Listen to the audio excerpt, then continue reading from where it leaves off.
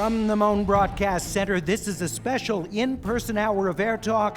Good morning, I'm Larry Mantle. We're in KPCC's Crawford Family Forum in front of an audience of AirTalk listeners. Our full hour today devoted to analysis of this week's California primary and Super Tuesday results. KPCC politics reporter Libby Denkmann joins me, along with 4 additional politics experts. Fernando Guerra from Loyola Marymount University, Jennifer Merolla from UC Riverside, Mike Shires of Pepperdine, and Sal Rodriguez of the Southern California News Group. We'll examine voter choices in our local races and look down the primary road where the next week and a half are critical. It's a special hour of AirTalk live from our Crawford Family Forum right after the news. All right, quick bit of housekeeping. We are live broadcasting on KPCC, live video streaming at kpcc.org, and on Facebook Live at In Person. We encourage respectful responses in and out of breaks to enrich the live sound of the show. You're welcome to use your devices. Please no flash and no audio or video recording. We have that covered. We're using hashtag #CAPrimary. We'll be doing a live Q&A, audience Q&A after the broadcast for the live video stream, so stick around for that. Enough of me without further ado. Please join me in welcoming the host of Southern California's longest continuously running daily talk program, the host of AirTalk, your host this morning, Larry Mantle.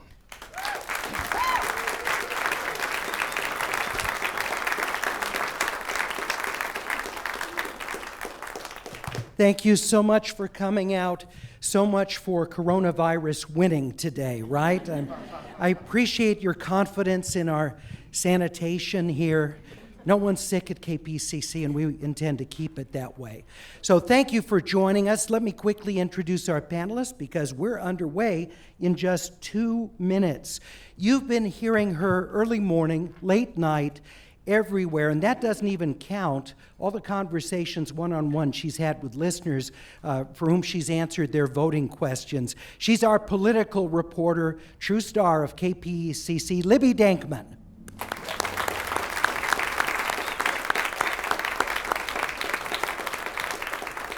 It's also my pleasure to introduce opinion editor for the Southern California News Group. You know their papers, Daily News, Pasadena, Star News, South Bay Daily Breeze, Orange County Register, many more, Sal Rodriguez.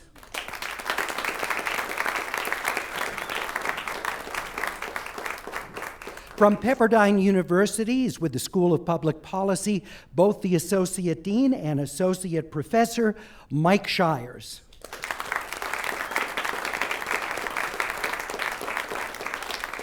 She's Professor of Political Science at UC Riverside, Jennifer Merolla.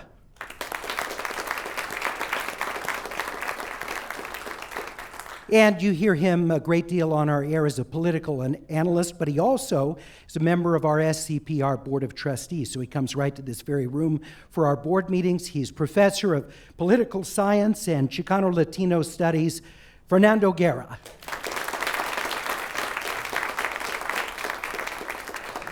All right, we're less than a minute away, and everything looking good with our mics. We'll get it right in front of you there. I just want to say in the brief time we have left, Tony Federico, our technical director today, I have had the pleasure of working with him all those 2 decades. He used to be the technical director of our daily AirTalk and just a truly gifted technical expert. Tony, thank you so much.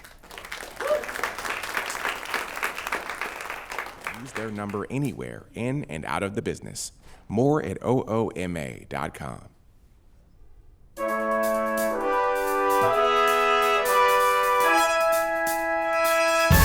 From the Crawford Family Forum at KPCC, welcome to a 1-hour AirTalk special analyzing this week's California primary and Super Tuesday results. I'm Larry Mantle, joined by KPCC politics reporter Libby Denkmann. Libby, we've been spending a lot of time on air, and you're on every show, every hour of the day lately. 'Tis the season, Larry. I'm happy to be here. I'm looking forward to learning a lot from our experts here today. But let's start with you, with the long lines, the machine problems at Los Angeles County vote centers. What's the latest on studying that, learning what fixes could be in place by November? Yeah, those problems very concentrated on college campuses where we had a lot of folks showing up that wanted to, say, first-time register or change their party affiliation to vote in the Democratic primary. There definitely was a technical aspect to what went on at the vote centers that had very long lines, sometimes in excess of 3 hours at Cal State Northridge, for example. And that was, according to Dean Logan, the Registrar of Voters, largely due to the check-in iPads that were being used for the first time in order to let people go to any vote center they wanted. Sometimes those check-in iPads seemed to have trouble connecting, or there weren't enough of them, and that was a real choke point. We saw so many people getting frustrated and communicating on social media about that. Janice Hahn, the county supervisor, has called for an investigation, and that will probably be approved on Tuesday at the Board of Supervisors meeting. We had Dean Logan yesterday saying that he agrees there needs to be a look at the distribution of vote centers and where they're in most demand. The Secretary of State yesterday also asked that it be explored that every voter get a mail-in ballot in the mail in Los Angeles County, and that was something that Los Angeles didn't do for its transition over to vote centers, but every other county that did transition sent a ballot in the mail. So the Secretary of State may be asking for Los Angeles to no longer be the exception to that rule. But we still don't know exactly what the connectivity issues were, so that investigation is still to come. All right. Libby Denkmann, KPCC politics reporter. Let me introduce our other experts who are joining us here on stage at the Crawford Family Forum. Loyola Marymount University professor of political science and Chicano Latino studies, Fernando Guerra, who also directs LMU's Center for the Study of Los Angeles and sits on our board at Southern California Public Radio. Representing the Inland Empire, Jennifer Merolla, professor of political science at UC Riverside. Mike Shires, Pepperdine University School of Public Policy, associate dean and associate professor. Sal Rodriguez, opinion editor for the Southern California News Group.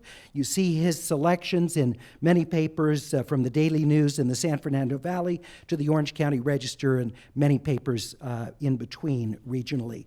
Professor Guerra, yes. So do we know yet if the vote center problems that we experienced are going to ultimately have an effect on the delegates for the two presidential finalists? No, I don't believe so. I had over 250 students at 56 randomly selected vote centers, and we interviewed over 3,600 voters as they came out. And while I don't want to underestimate or reject the problems that thousands of people did have, but over 98% of the voters did not have an issue. They liked the vote centers, they liked the new system, they understood it. So yes, there was 2% of a problem, which is a lot of people here. It translates into a lot of people. We estimate that 2 million people voted in Los Angeles County, okay? Over 8 million in the state. What's the turnout projection? So that would project to about 40%. Okay, and right now we've only counted, I would say, a little over a half of those. And so when you take a look at the results, they're going to change, and you've seen already in some of the reporting. And now I know all of us want immediate gratification and we want to know the results right away, but it's very complicated in terms of how we allow people to vote. And all those different types of ballots is what slows down the counting of these ballots. Well, plus there's same-day registration, Correct. All kinds of provisional ballots for when there were problems. Libby's been reporting Yes. about all those challenges to the counting. Yeah, we're estimating over 50,000 provisional ballots, and those are people were writing. So, to count that is going to take a person at least 5 minutes for each one. Verifying that they're Correct. eligible to vote. tallying it. Right, and this system makes it much more inclusive. It makes sure that your vote counts, that it makes sure that you are able to vote in all kinds of different ways. It's a good thing if people could just calm down about the results, because the results, whether we get them today, tomorrow, or the next week, is not really going to matter. Remember, we don't vote again until November. People have plenty of time in their campaigns. But momentum is key. We saw that South Carolina, Absolutely. much, much smaller state, but quickly got their results out. People were able to digest that Joe Biden had a remarkable 61% of African American voters, Correct. huge, and undoubtedly carried that momentum into Super Tuesday.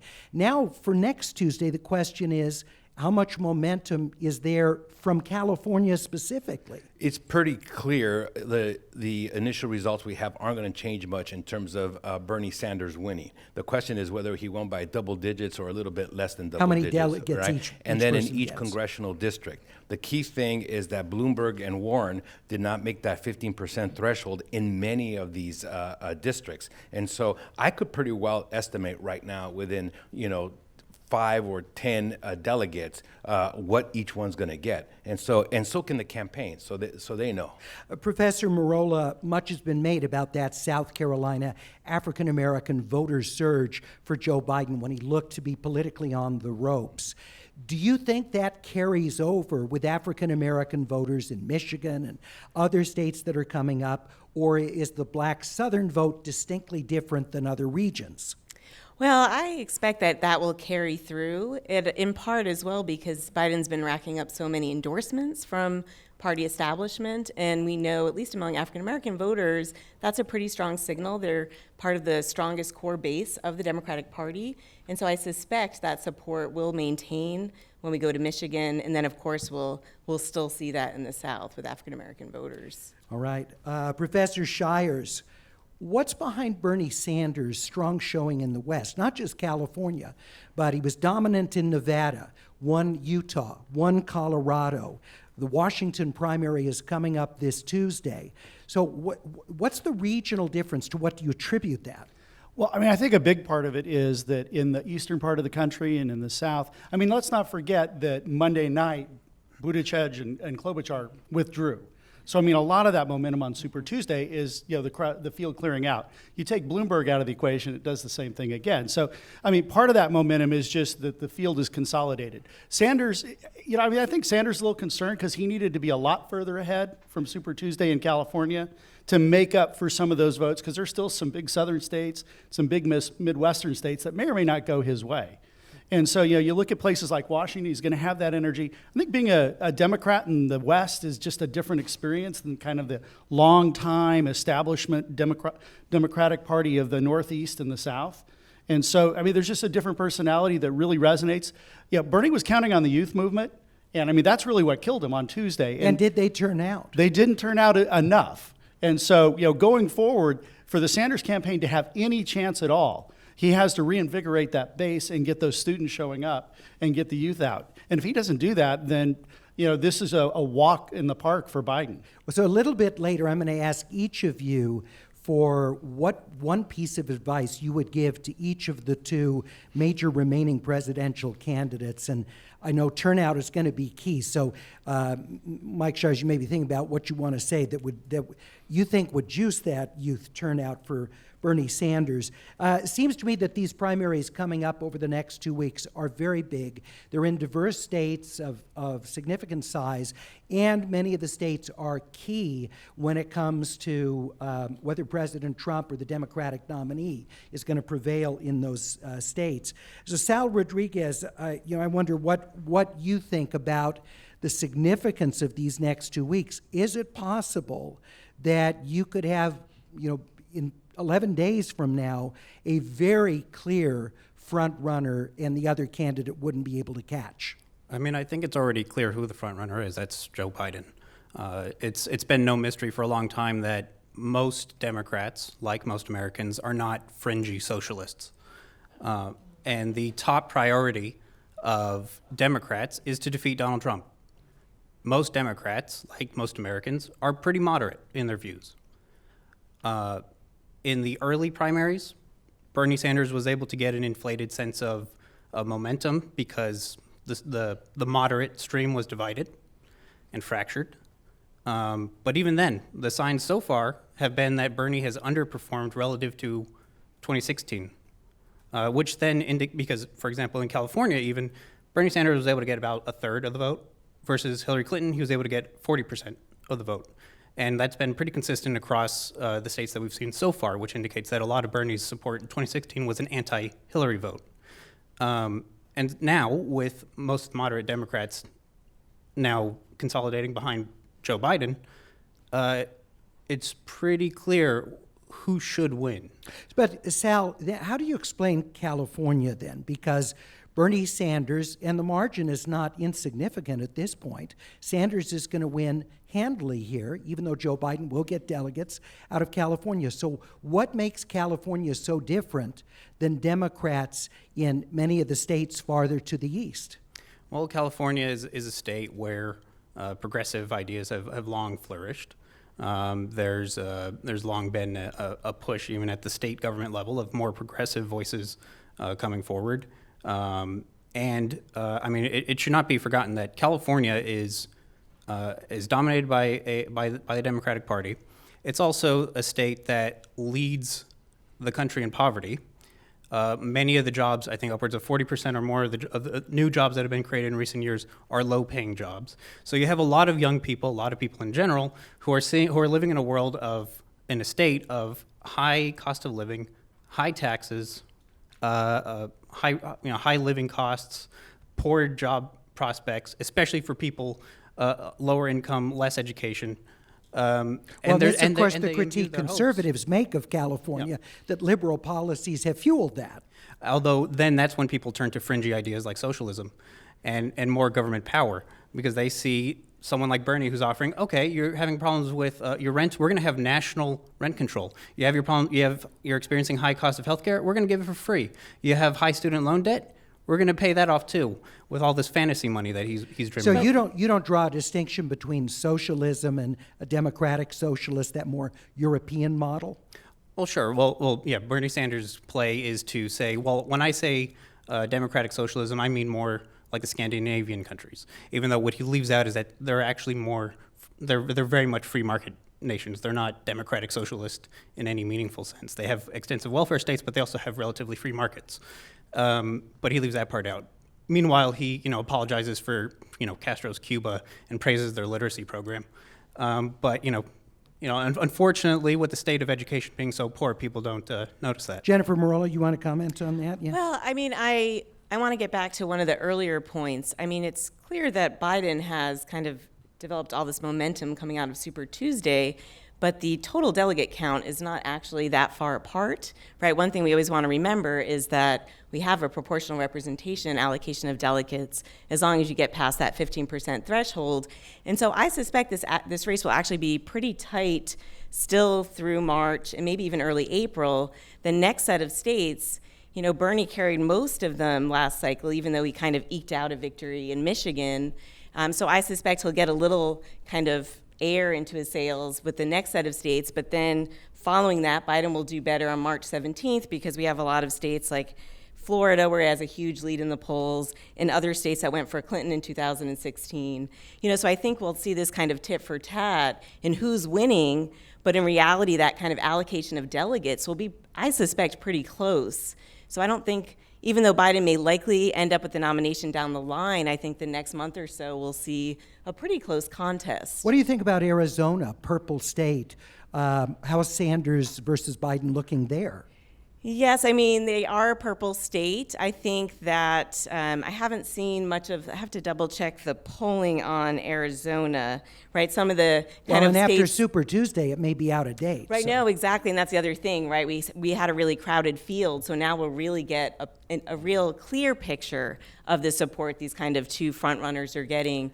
Arizona tends to, right, on average, in the general electorate, they're a little more conservative. And so I suspect, right, both candidates will get, right, a certain percentage of the vote. And so again, we're going to see they'll both be above 15%, so they'll both be kind of picking up delegates. You're listening to a special hour of Air Talk devoted to Super Tuesday and the California primary, the big events this week, which saw a tremendous shift in the presidential race, and of course, very important statewide and local races as well, which we'll be getting into a little bit. We're joined by an in-person audience in our Crawford Family Forum at KPCC. Before we leave Bernie Sanders, because Sal, you were saying a lot of highly critical things about him. Anybody want to leap into Bernie's defense? Fernando? Yes, yeah. He obviously is the Latino candidate. I don't know if you know that Bernie Sanders is Latino. And so T.O. Bernie. Yeah, T.O. Bernie. And his outreach to Latino communities in California was second to none. Correct. And I think he has transformed how candidates at the national and state level will outreach to Latinos. Instead of just going and trying to eat tacos with them, it's now going and really talking about the impact of having to sell tacos instead of being able to own the restaurant. Listen, he's not a fringe candidate. Getting 25 to 30% of the electorate does not make you fringe, right? And that's number one. He is authentic, and he is speaking to a lot of people. I do think that Biden is a front runner. I agree with Jennifer somewhat, but I think you're going to see Biden little by little start pulling away, where it becomes very clear that he's going to. I think he will win more delegates next Tuesday and then the following Tuesday as well, and that's going to be able to pull him further and further ahead. And I think that will bode well for the convention and Biden later on, when he's going in there clearly with the momentum and clearly with more than 2,000 delegates. What are the odds that you get a clinching number of delegates for one of these two? What do you all think? Very, very high. But of course, I was wrong what was going to happen on Tuesday. I was wrong what was going to happen in 2016. But that doesn't keep me from making predictions. Well, I'll take Mike. I'll take it a step further on this. You have Joe Biden in the race, and I would argue that it's Joe Biden's to lose, but he's fully capable. And I think you're looking at a time right now where Sanders and the mainstream media has kind of gone along with this, right? Biden has all the momentum, all the energy. We'll see on Tuesday how much that plays out in some of these mixed states. The following week is a preview of November. In some ways, you got Florida and Ohio having their primaries. But it's full. Joe Biden is fully capable. I mean, I already know my advice is going to be for Joe Biden, which is kind of hide. You really don't want to get those gaffes out there in front of a popular vote that's going to have to decide between you and someone else. Because that really does measure, if you're thinking about going up against Donald Trump, he has a lot of his own style of gaffes, but they're not the same kind of thing that really questions your understanding of his competence.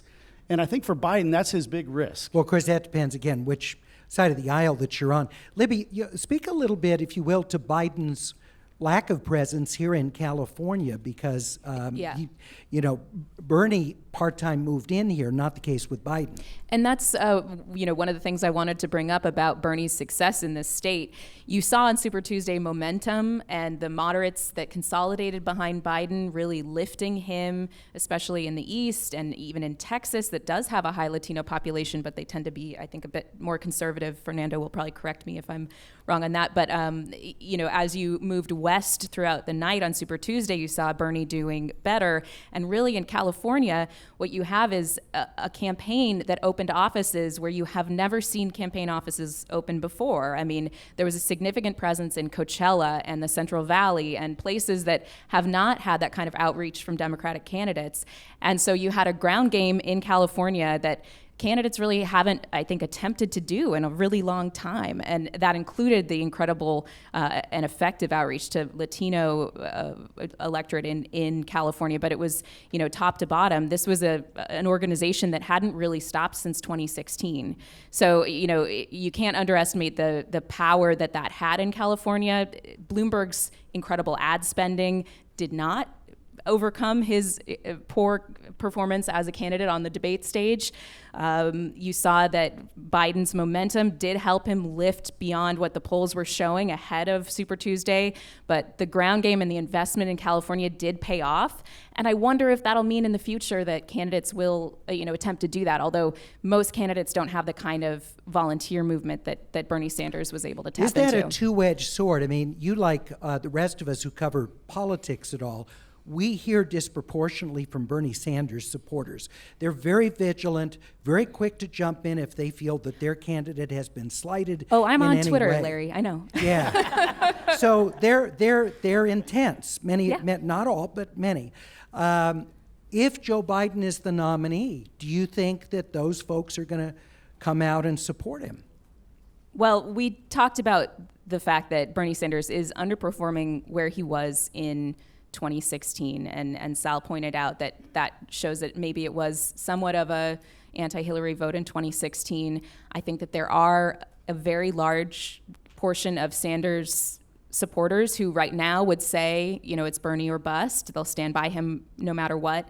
But I don't think you can discount the fear that anybody on the left has of President Trump being reelected, and that might be a motivator to push them beyond that disappointment if ultimately he is not the candidate.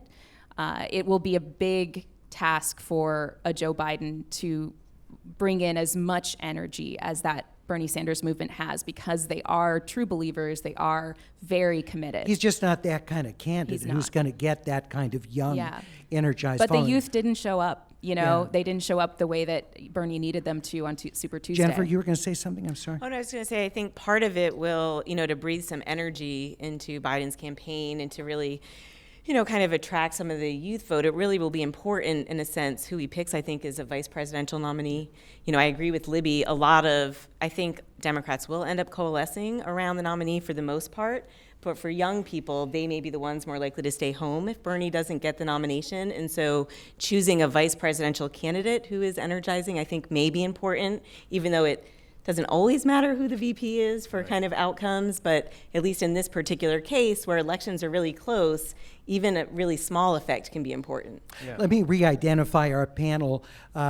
Great to have you with us for this special hour conversation, the week of the California primary and Super Tuesday, joined by Libby Denkmann, KPCC politics reporter, the voice you just heard a moment ago, UC Riverside professor Jennifer Merolla. Also with us, Fernando Guerra from Loyola Marymount University, Mike Shires from Pepperdine, and Sal Rodriguez from the Southern California News Group. Fernando, you were going to say something. Yes. I think one of the major concerns for Democrats in November is the turnout hasn't been spectacular, but that's from a percentage perspective.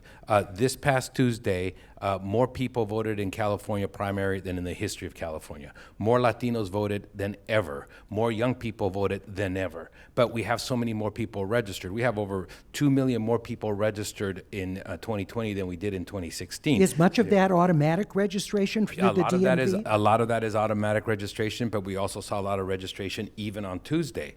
And so you have in absolute numbers more people engaged than ever before. But when we do the percentages and say turnout, that kind of deflates the idea that the turnout wasn't as vibrant as it was. I would just like to, Yes, Sal. add when it comes to the legitimate fear that Democrats have about progressive not turning out to vote in November. It's a very real fear. We saw that in 2016. The reason is progressives happen to be very principled. They tend to have long memories. They held against Hillary Clinton, her vote against her vote for the Iraq War, her vote for the bailouts, her vote for the Patriot Act, just a litany of awful votes. Turns out Joe Biden has those same votes. And if you're a progressive who has firm principles and a very firmly established worldview, and you have Joe Biden, who is, he's a guy who was far more conservative, his track record in his decades in the Senate, and progressives are aware of this. And so to get them motivated, they need someone who actually matches their values. You don't think that they'll see a lesser of two evils from their perspective? They didn't last time. Well, but that's okay. I don't disagree with Sal. I think it's an incomplete analysis. Fernando. Last time, people sat out because they thought Hillary was going to win anyway, number one. Number two, last time, they feared what Trump could be. Now they know what Trump is, okay? And so the idea that any progressive faced with a Biden-Trump would sit out this time, to me, it doesn't jive with the polling and my understanding. He's right that progressives have a long mind, and they're going to remember what Trump has done. But I think that goes both ways. Yeah. I mean, I think if you look at it, Like Shires. if you look at the energy in the Republican primaries where nobody else is running, I mean, turnout's jumping off the charts in every state. I mean, I think there's a lot of energy in the middle with some people who didn't vote last time who are coming on the Trump side too. But I think on this progressive side, a lot of it's going to depend on how they deal with Bernie Sanders at the convention, and it's going to depend on the vice president. And Biden has a hard choice. He has to choose between getting that energy out or picking a candidate that's going to win one of those swing states, whether it's Gillum in Florida or, and I always forget her name, Gretchen Whitmer in Michigan. One of those, he needs to land some of those big swing states. He shouldn't pick the one that you keep forgetting her name. Well, No, you got it. but vice presidents should be seen and not heard. But I mean, I think one of the things that you're looking at here is if he gets treated badly in the convention from the side of his constituents, they'll just stay home. They won't go out and vote for Donald Trump. They just won't show up. And for Biden to win, he's got to get the African American base out, and he's got to get that youth vote out. I mean, if you look at 2018 versus 2020, I mean, there's just such a huge contrast between the energy in the Democratic Party when the progressives were everywhere, knocking on doors, picking up ballots, and capturing congressional districts that have been Republican since the dawn of time, to now when, in fact, there's some districts where you might end up with 2 Republicans on the ballot again. Ironically, in those historically Republican districts with more moderate, generally Democratic candidates, because that's what would play in those districts. So you had progressives out who were, knocking on doors for moderates. Interesting phenomenon. All right, Jennifer Merolla, I wanted to ask you about African American and Latino voters. Fernando Guerra and I were talking about this, I think it was yesterday, and I believe he was citing polling, correct me if I'm wrong, that there really is general positive feeling among Latinos toward Joe Biden. He's not anathema to them. And similarly with African Americans toward Bernie Sanders. He's their number 2 choice.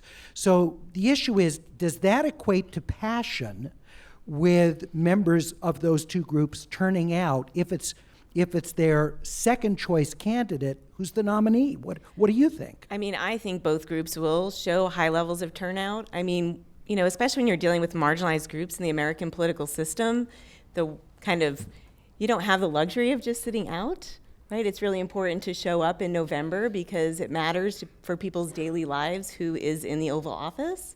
Right? Some progressives who may be in a different situation, they could have that luxury of saying, I'm just going to stay home because I don't like how, say, Bernie was treated if the convention doesn't go well. But I think, yes, regardless of who the African American community supports in the primaries or the Latino community, I suspect they'll be out pretty strong in the general election.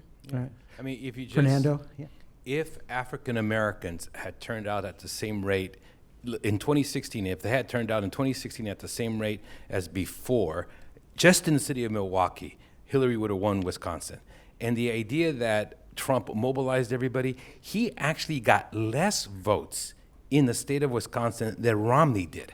And so this great mobilization that people talk about in terms of Donald Trump, it was really more a demobilization of Democrats. And so Trump can get every single vote he got in 2016.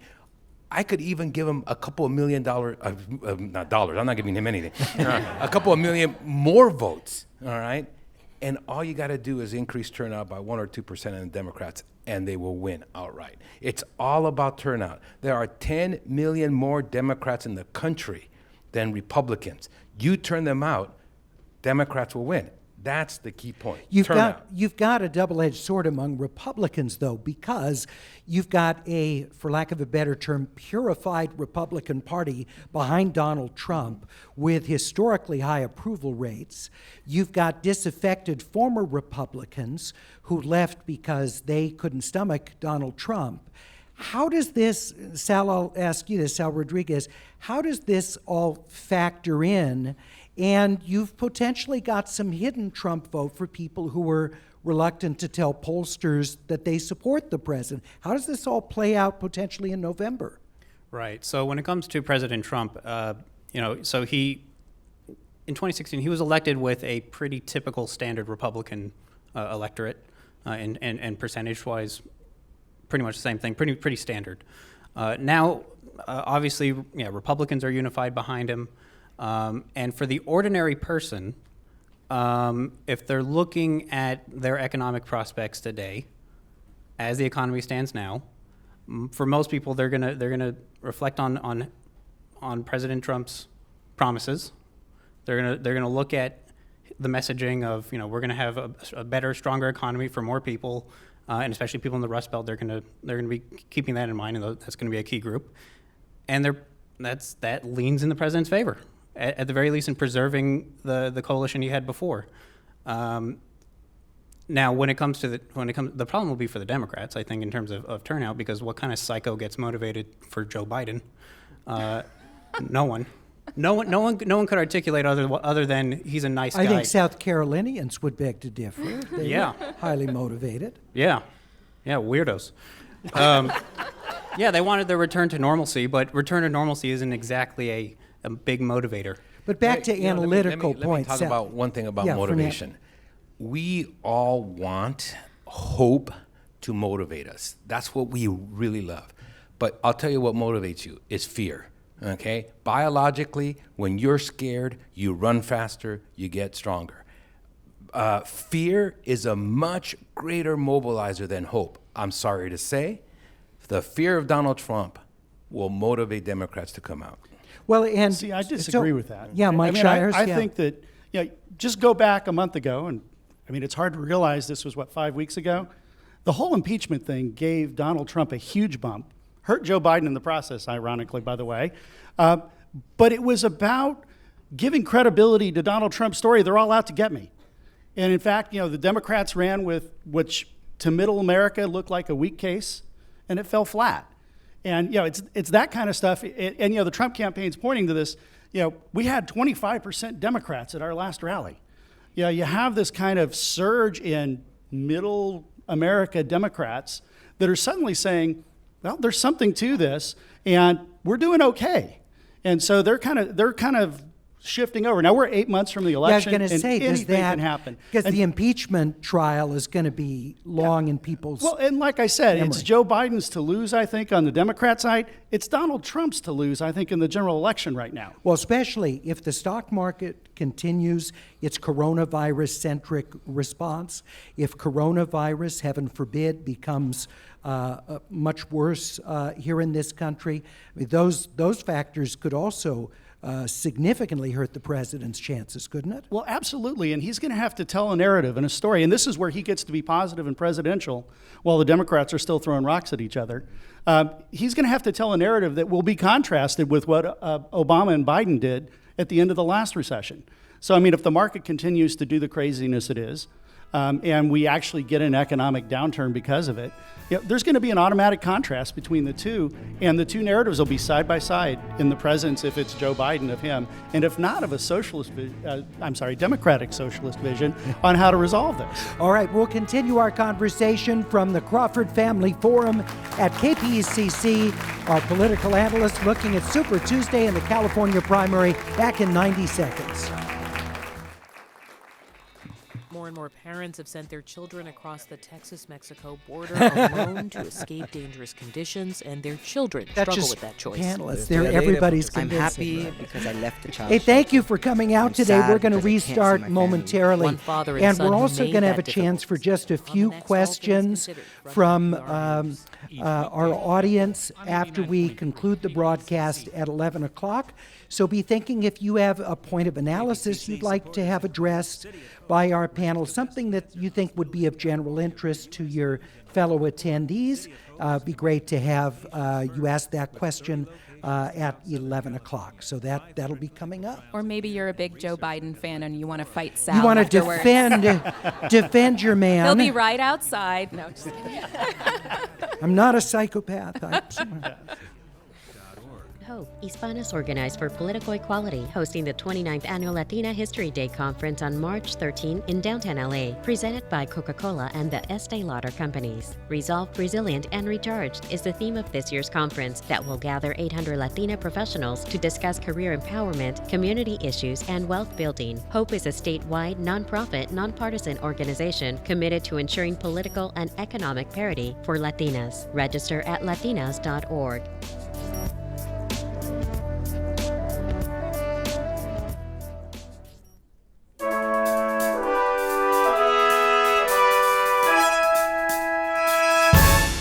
From the Moan Broadcast Center's Crawford Family Forum, this is a 1-hour AirTalk special devoted to California's primary and Super Tuesday elections this week. I'm Larry Mantle. Great to have you with us. KPCC political reporter Libby Denkmann is with us as well. And on stage here at the Crawford Family Forum, we're also joined by Loyola Marymount University's Fernando Guerra, UC Riverside's Jennifer Merolla, Mike Shires of Pepperdine University, and Sal Rodriguez of the Southern California News Group. All of them providing their analysis from their perspectives, polling that they've done or studied, and we're getting a sense from them of how they see November shaping up, the primaries ahead, and we'll also talk about the local issues. Fernando, you were just talking about how fear is an even bigger motivator than hope, but it seems very clear to me one of the things Joe Biden is trying to run on, as to whether he's the nominee or not, we don't know, but if he is, he's trying to tap into some of the Obama magic of being the unifier, the person who says, I'm going to bring the country back to normalcy. We're going to get it out of all the craziness around President Trump's tweets and his boorish behavior. Do you think Joe Biden, I mean, he doesn't have the charisma of Barack Obama, who does, so can he do this? Yes, he can do it, and absolutely he doesn't have the charisma. And the problem is, you when you think about, you think about Biden, you think about, Hillary, Kerry, Mondale, Gore, Dukakis. And what's common about all of them? They were not dynamic, they were not charismatic, and they lost, right? Some of them got the popular vote, but they still lost the Electoral College. The number one thing he has to do is, number one, before he could unify the country, he has to unify the Democratic Party. How he deals with Bernie Sanders, if in fact Biden is the nominee, will really tell how he'll then be able to deal with the country in terms of unifying and using those skills. He is a great behind-the-scenes negotiator, one-on-one. He is incredibly charismatic in a small group setting of 1 to 10, 15 people. Hillary Clinton was, the same was said about her. She's great in a small group setting. Right. And so to the degree that he could bring the party together and then go out and, try to get everybody on board so that they could then go out and try to mobilize and have the same communication skills. And then the other non-factor is Bloomberg going to keep his word with the, hundreds of millions of dollars? And his team, which all the other candidates say is really the most technologically advanced. Right. That is a big X factor that we really haven't discussed, and I'm not willing to say it's going to happen. I think it will, but who knows? Libby, if Bernie Sanders is the Democratic nominee, do you think that he can get Biden supporters, Buttigieg supporters, can he bring them into the fold? I think that you see with Bernie Sanders, and it seems to be taking shape after Super Tuesday, a ceiling. And there has been a ceiling so far among the Democratic field. Now, if he is the eventual nominee, you will see most Democrats rallying behind him. You'll see a very energetic youth movement. You'll see, a very excited base of supporters. I think that there is a fear that you'll turn off some independents. And there's that push and pull between turning out your base and, really energizing folks that they're not as dependable to show up to the polls versus turning off maybe Obama, Trump voters.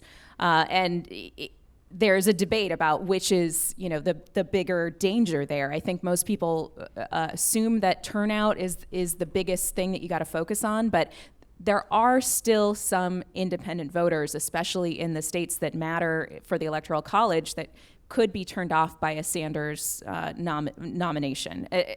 Again, turnout so far, seeing what Sanders has done in the nominating process, it hasn't been as overwhelming as maybe one might think that would bode well for him in the general. Bernie Sanders, an extraordinary fundraiser. I mean, he snaps his fingers, and his supporters they ante up, and he's had extraordinary consistency in his fundraising throughout the campaign.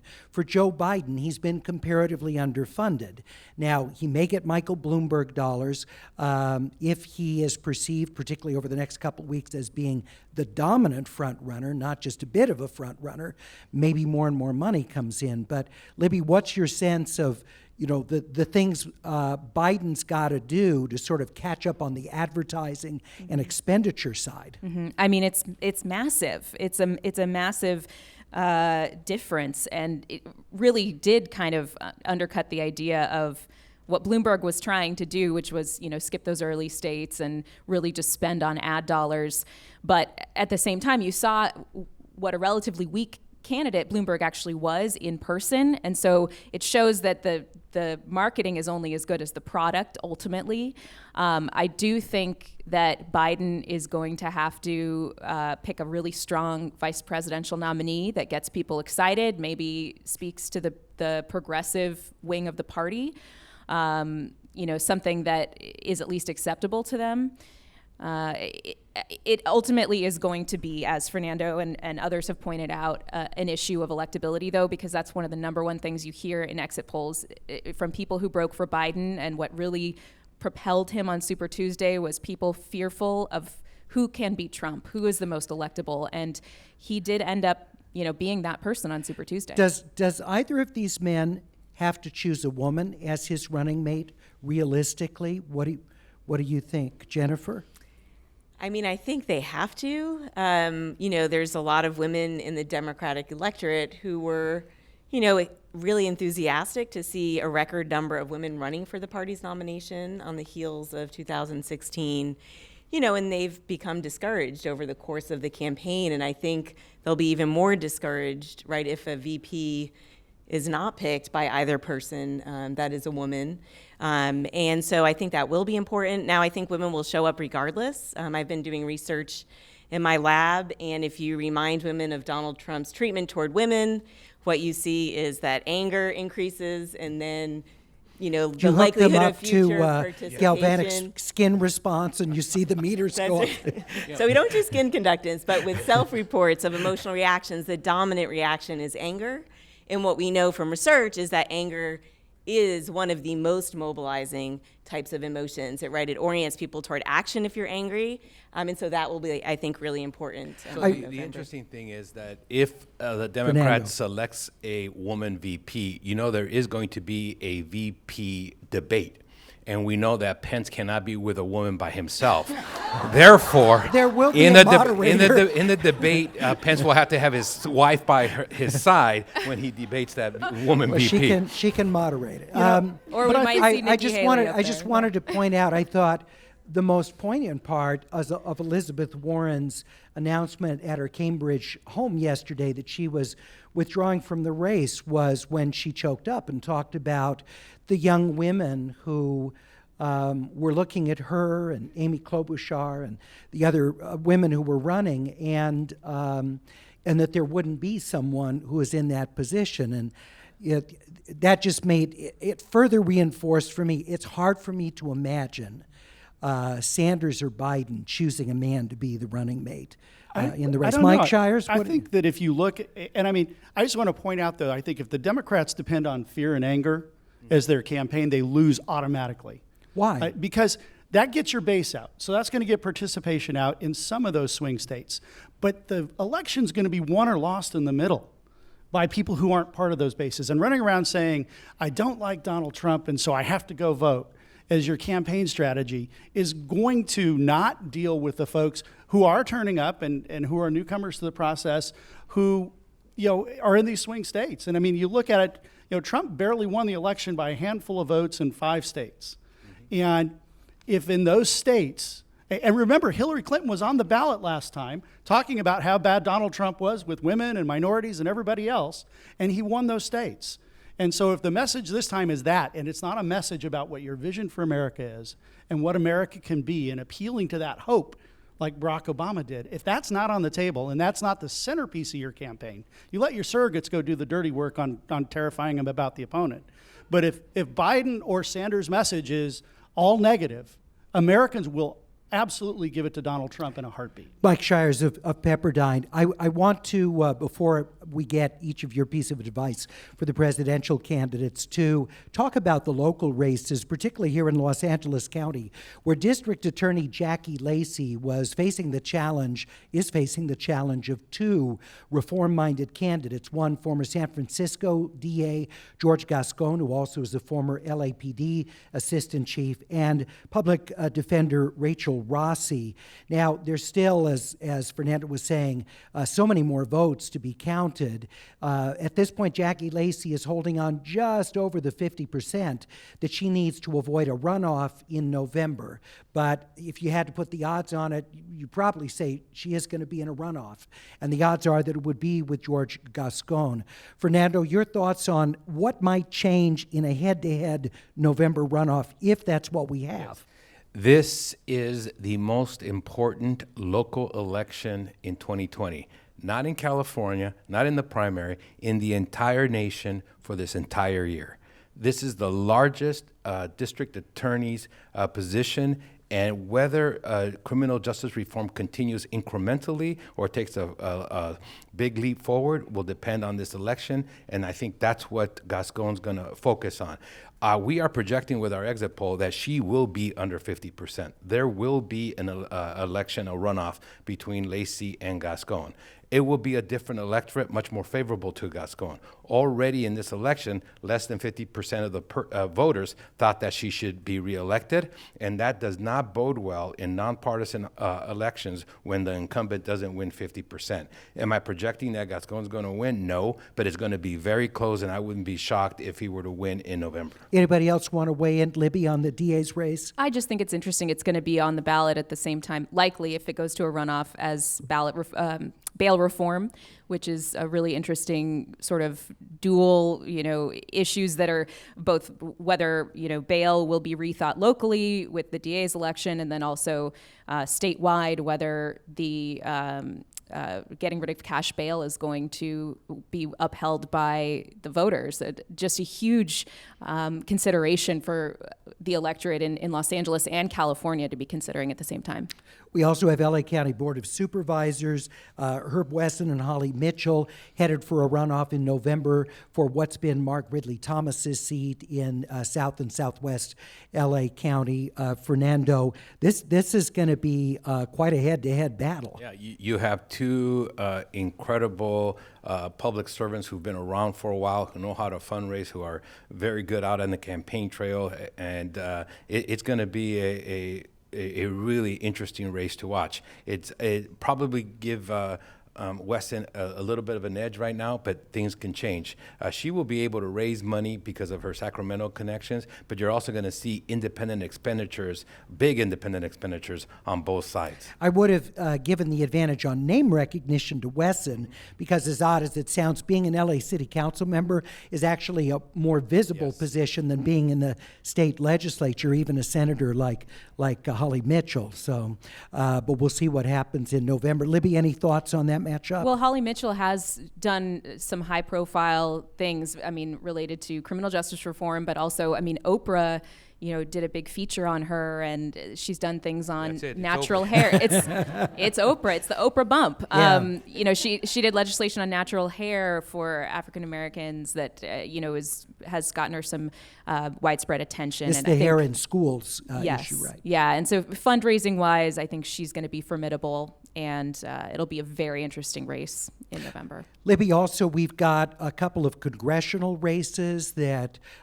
one Democrats are looking to take, where Duncan Hunter, for years preceded by his dad, had the 50th district in San Diego County.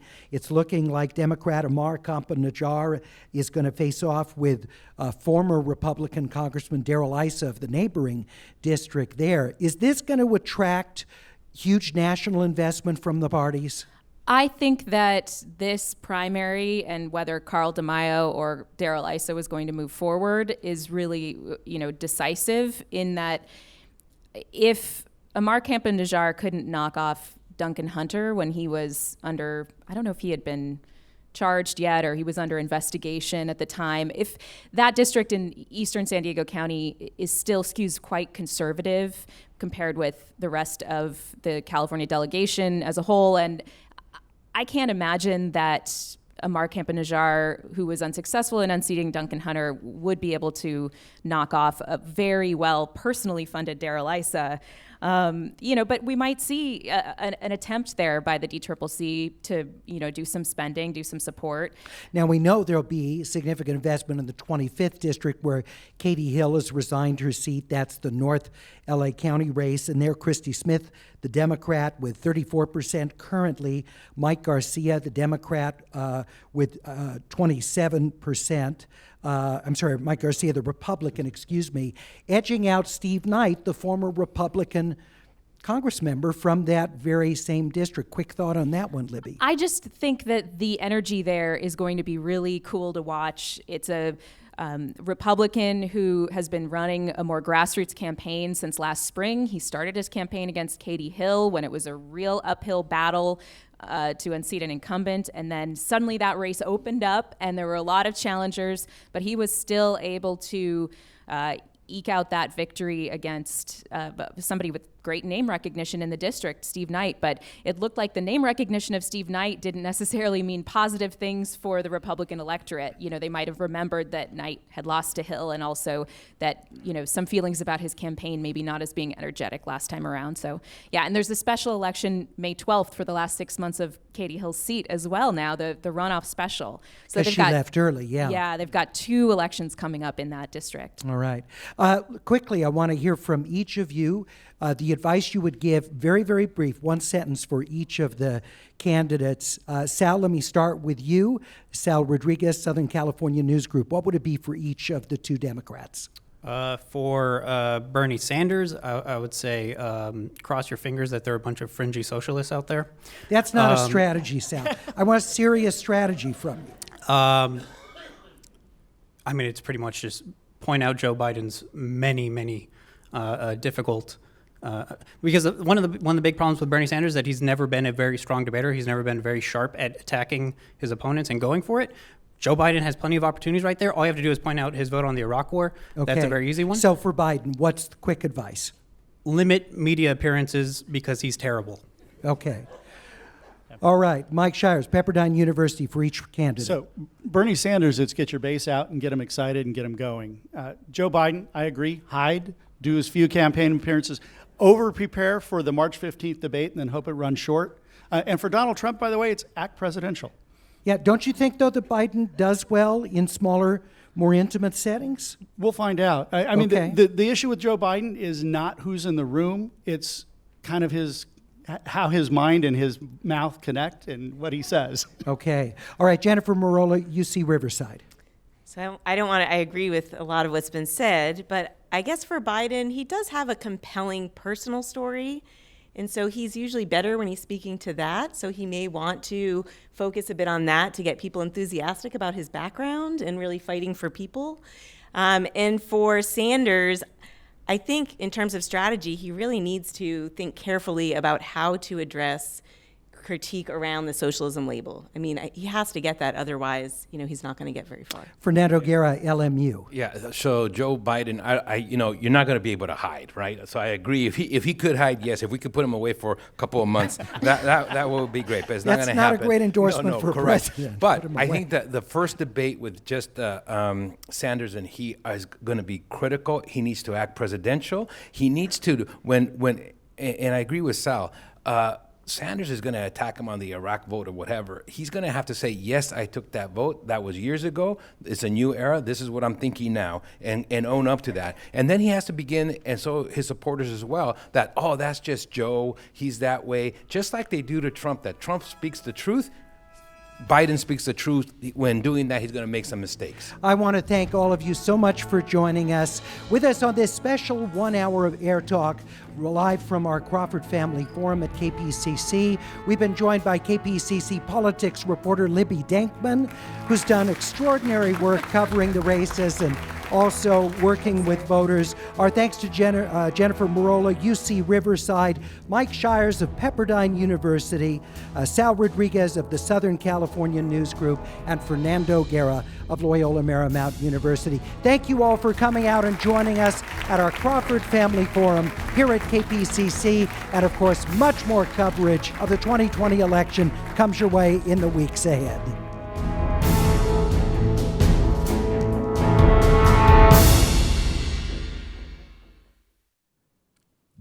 All right, we're clear. Thank you all very much. I learned a lot. I appreciate it. So if you have a question, I just want to ask you to be very succinct. I think we have a microphone, a couple of them, that are roaming the house. So wait till the microphone arrives, and our KPCC staff member will keep the microphone in the hand. Please don't commandeer the mic. And your succinct question, as opposed to a statement, but a question for one or more of our panelists. Yes? I think everybody agreed that there was a shortage of the youth voter turnout, but Libby Denkmann, you said at the outset that, you specified Cal State Northridge, but were other universities having trouble voting? Yeah. And can we connect the dots there? Is it correlated? So some of the trouble, there were long lines at USC, UCLA, over 3 hours, UC Irvine, Santa Monica College. So yes, we can connect in Los Angeles County, at least in UC Irvine, Orange County, there was a lot of excitement on college campuses. Some of the problems that related to those lines, it was both turnout, but also the technical issues. And we so far haven't been able to tell if, for example, the check-in iPads that were malfunctioning and really backing up that line, if that contributed more to those long lines or the turnout. There's also the issue of first-time registration that was allowed at all polling places across the state, and college campuses being a lot of younger folks, and especially people coming in from out of state that maybe had residency here but hadn't registered yet. They might have gone first day, and that also helped back up the line. So it's still to be determined. That investigation just has to keep going. But yeah, it's a great question. It is. I think it's notable, Libby, that in Orange County, where things went quite smoothly, the big place they had a problem was at UC Irvine, and as Neil Kelly, the registrar, described it to us, it was because of the first-time registration issue, because that takes longer, and they clearly didn't anticipate the percentage of those college voters who would not be registered. Right, and there was also the crossover ballot issue that Sanders was really pushing really hard when he went to Santa Ana, for example, that no party preference voters could ask for the crossover Democratic ballot, but that also took extra time. And so all those things combined, I think, on college campuses to kind of make it that perfect storm, at least in LA and at UC Irvine. Fernando, do you know at LMU, did you have a vote center there? Yes, we had a vote center there, and yes, it was very crowded. At lunchtime, when I went to go check it out, there were 75 kids already in line, and we had the same issues. Then we had a power outage in the neighborhood, not just LMU, and so that put the system down for 20 minutes.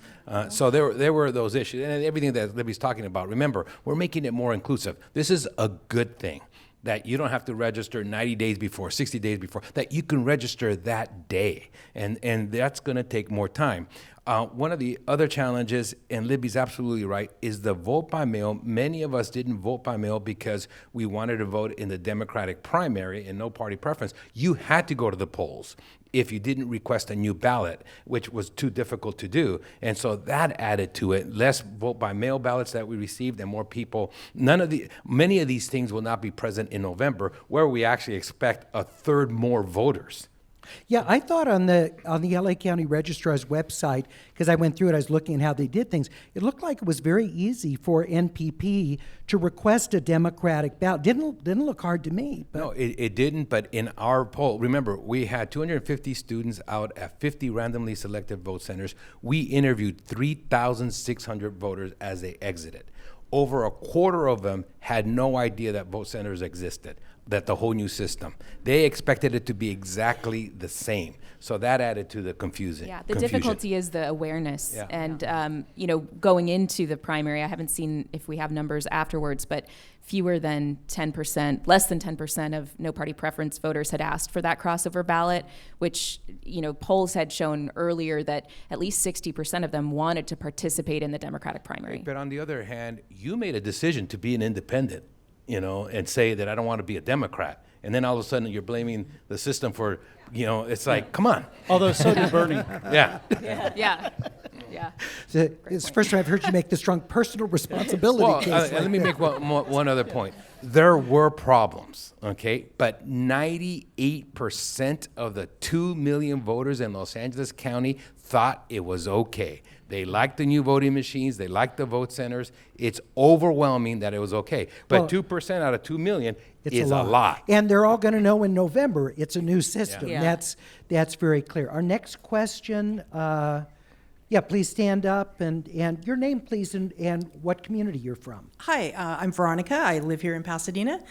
My question is about the team of Democratic rivals I've been reading about.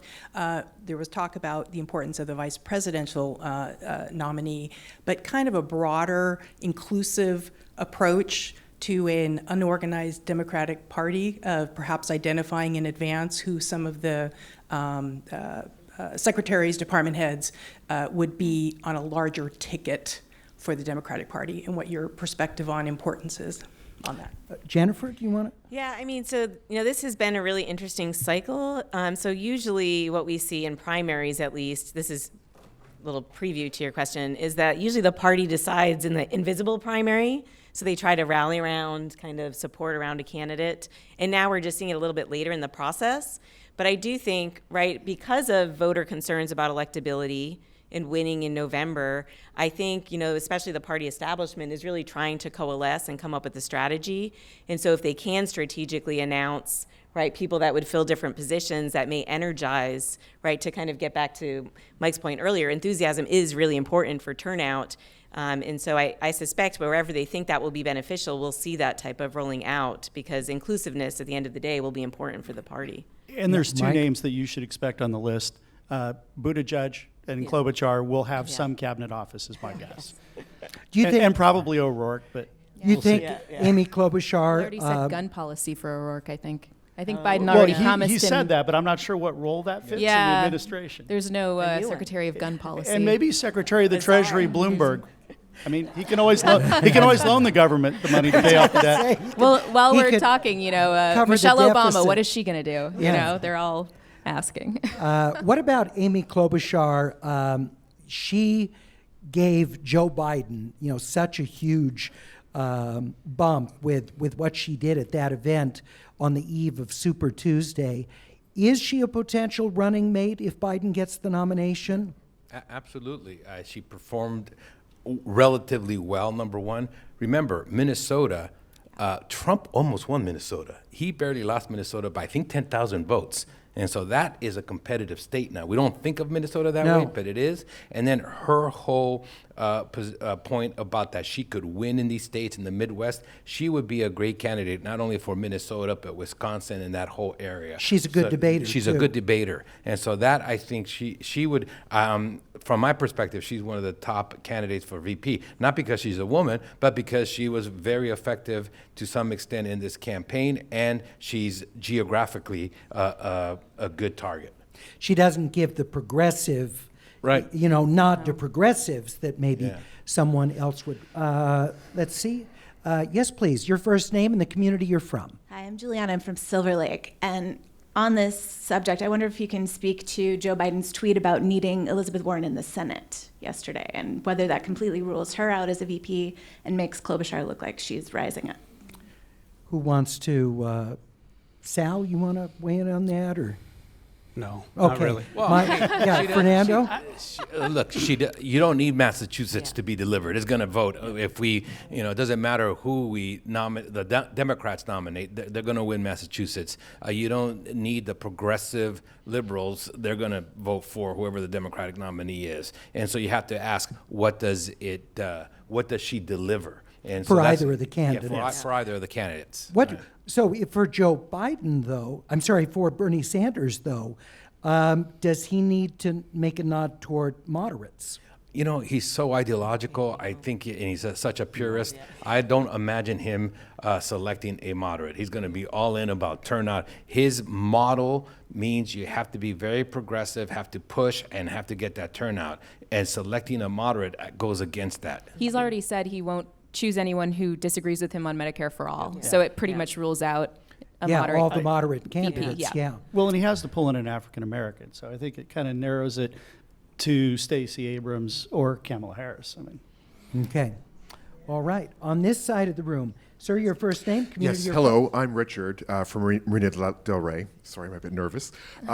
We've never quite seen an incumbent president be so sort of on the tack and trying to land punches.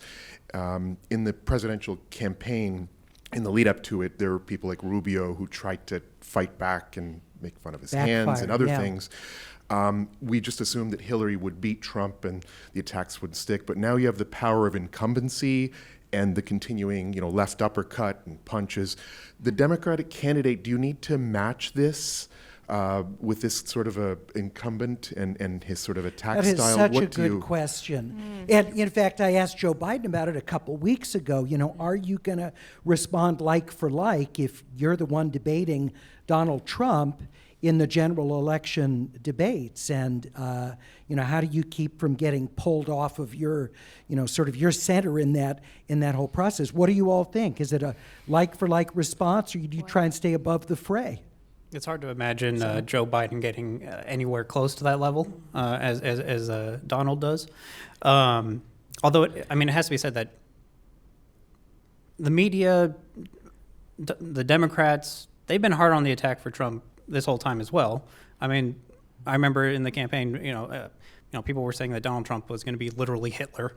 And then they pivoted to he's a Russian asset and a Russian spy colluding and hacking our elections. And then there was the impeachment push, which ended up being a dud, whatever its merits. Any attack that's been thrown against Trump has already been made. He's a racist, he's a sexist, he's intolerant, he's this, he's that. It's already at 100, and it's been at 100 this whole time. So it's hard for me to imagine what the Democrats can come up with that hasn't already been said and has already proven to be a dud, given the fact that for all these attacks and for whatever you think of Donald Trump's presidency, even if you think it's been god-awful, which it kind of has, his approval rating has been pretty stable, remarkably stable for all of that. Well, Jennifer. I was going to say, I agree with all those points. A lot of these criticisms have fallen flat. But when you're in a debate, right, so they're on stage together, it will be really important for the Democratic candidate to hold their own, but to also stay a bit above the fray, because a number of independents do not personally like Donald Trump. Right? They're aboard by a lot of his statements that he's made. Even Republicans. Even Republicans. Suburban Now, they'll voters. probably, for the most part, still stick with your party because partisanship is just such an important driver for voting decisions. However, right, those independents who don't personally like Trump but like the way the economy is doing, I think it is important to kind of hold your own but still stay a bit above the fray. And then we still don't know. There's a while, there's 8 months. Who knows what's going to happen with the economy? And those are, if the economy starts to decline with things like coronavirus, or it's bumbled and the handling of it is bumbled, then, right, that's something that can really hurt an incumbent. We saw the Chuck Schumer thing where he lost control and, made statements on the steps of the Supreme Court that he, I'm sure, very much regrets making about the two justices. And, it's easy to go so far that you end up really hurting the cause that you're advocating for. Yeah, here's the advice to Biden, especially in the debate. Don't do that, because you're not very good at it, okay? And so don't go to his level. And so he has to have a strategy, as when Donald Trump attacks him at the stage, just say, oh, Donald, that's not presidential. Donald, this is why we can't have you be president. But don't respond to him. Let the surrogates respond. Bloomberg was actually very good at responding on Twitter against Trump, and actually put him. It was one of the few people that was able to get him off balance. Biden cannot do that. Okay? I don't think he's capable of restraining himself. But I think he's that's going to got- be on you're- that you're stage, right. and whether it's But Bernie that's- Sanders yeah. or Joe Biden, they're going to play in kind. Go back to 2016. There were 16 experienced Republicans who had debated. They'd won major offices. They'd been in it a lot, and Trump managed to take all of them apart on the debate stage. Yeah, I mean, but this is going to be an environment where where Trump's going to set his tone. You already know what his tone is. Yeah. So as the Democrats try and define themselves, they're going to have to find space around You that have to be disciplined. that Yeah. motivates their base, which is why you can't have the Yeah. negative message, but at the same time looks presidential. And that's going to be really hard balance. I actually Well, think and for Bernie Joe- Sanders, has shown more discipline on the debate stage than Yeah, Joe Biden. I was going to say, because I think, to me, Joe Biden just, the few conversations I've had with him, he is such a social animal. He's so reactive to you, the other person, in a way that Bernie Sanders isn't, in a way that sort of cooler, for lack of a better term, using the Marshall McLuhan sort of hot versus cool. And Biden is very hot. And like you, I have a hard time seeing him restraining himself because he's a social responder. And a brawler, right? I mean, it's that kind of blue collar, good old Joe, All right. I think we have time for one more question. I'm sorry. And then, yes, your first name and community, please. Hi, I'm Sarah from downtown LA, and I'm curious about the role of endorsements right now. It didn't turn out to be really incredibly important in the last election, but it was obviously right before Super Tuesday. Jim Clyburn, yeah. So, does Warren's endorsement or not matter? I'm actually flying to Cambridge tonight, so we'll be Say interested hi to to hear. her for Right, all yeah. Ask her We'll be who she's interested- going to endorse. I know. Well, I'm really interested to hear that. But is there? I mean, are there other people whose endorsements would matter at this point? Obviously Hollywood doesn't matter, even though they think they do. So I'd just be curious to hear your take on that. Because Barack I've just been Obama. hearing all the experts, Barack how Obama the endorsements don't matter, and then Jim Clyburn, of course, makes that giant endorsement in South Carolina, which is massive, and Amy Klobuchar and Buttigieg following after. Libby, you want to take that on? President Obama, that's the big question. He said he's going to sit this one out. So far, I'm hard pressed to think of somebody who could move voters significantly. There might be some folks in Michigan that I'm not, it's not coming to mind that might be important, but nothing to that level. Elizabeth Warren matters, but not so much that the Bernie Sanders folks that are upset at her for not dropping out earlier and endorsing, I think, are trying to argue. I think that there's evidence that she didn't hurt Bernie unilaterally, that she, her voters would have gone to possibly some to Biden, some to other candidates. I can't really think of anybody that would matter else? more. Yeah, Mike? I think in the West, we're kind of irreverent and we don't care about endorsements that much. It doesn't sway communities. I think if you go to the South and the Northeast and the Midwest, those things matter a lot more. So in the primary, I think it matters more. I think in the general election, there's 8 or 10 states that are going to matter, and the endorsements are not going to be a big driver in those states. You already know where most of the leaders are going to stand on a Trump-Sanders or a Trump-Biden ticket. So, I don't think endorsements are going to matter in the general election hardly at all, except for President Obama. But I think in the primary side, it still matters a lot, especially I think in that upper Midwest, where Sanders really has a chance to make back some of those delegates. All right. I would make the. I'm sorry. Go ahead. Oh, no, I was just going to say I agree. In the primary states that are coming up, endorsements will matter, especially political figures that are important in those states. If they are coming out and really backing Biden, that will matter for kind of, loyal Democrats. Now, endorsements don't matter as much to progressives, right? I think for some of the reasons Mike said, they're less likely to kind of look at endorsements. But the immediate endorsements do not seem to matter because... Fernando, and then we'll wrap. Endorsements don't matter until they do. And when do they? It's situational. One is if they could bring resources, which Clyburn did. He brought a network, et cetera. And then number two, I was very impressed to the degree that if only Amy Klobuchar had endorsed Biden, if only O'Rourke, or if only Buttigieg, I don't think it would have mattered. But the fact that 3 of them 1, 2, 3, all in a row, right between South Carolina. That was situational. That mattered. Such a combined push. In the general election, like Mike said, everybody knows where they're going to be. I'll tell you a major endorsement that would completely shift the whole election. If George Bush were to endorse Biden, someone like that, that would change the dynamic. If Jeb Bush, et cetera, Romney, some significant Republican, it's not going to happen. But I'm just saying. Well, Romney might. Yeah, Romney might. All right. You say. He kind of did, didn't he? All right, we have to leave it on that. Thank you all for coming out. I appreciate it so much. Thank you for joining us. Thank you. Thank you to our panel. Really appreciate it very much. And I have to catch a flight, so I'm sorry I won't have a chance to talk with you. I've got to get to the airport. But have a great weekend. Thank you for coming out.